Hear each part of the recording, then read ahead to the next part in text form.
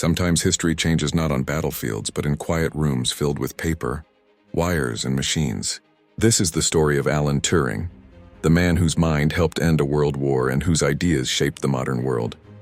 Alan Turing was born in London in 1912. From an early age, he was different.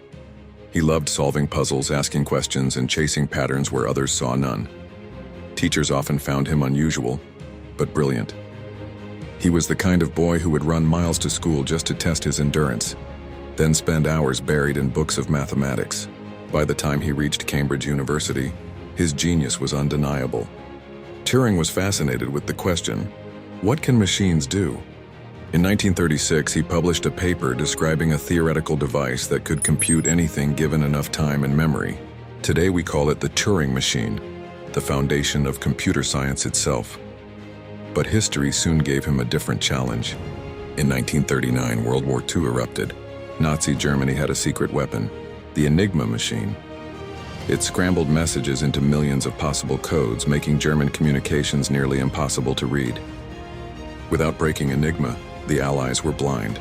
Ships were sunk, convoys destroyed. The war tilted in Germany's favor. Alan Turing was recruited to Bletchley Park, Britain's code-breaking center. There, among mathematicians and linguists, he set out to do the impossible: crack Enigma. Turing designed an electromechanical device called the bomb. This machine could run through Enigma's countless settings, eliminating false leads until the real code was revealed. By 1941, thanks to Turing's work, the Allies were reading German messages almost in real time. They knew where U-boats lurked in the Atlantic. They saw troop movements. They uncovered strategies. Historians estimate that Turing's breakthroughs shortened the war by at least 2 years, saving millions of lives. Winston Churchill later said that Bletchley's codebreakers made the single greatest contribution to Allied victory. But Alan Turing's story didn't end in triumph.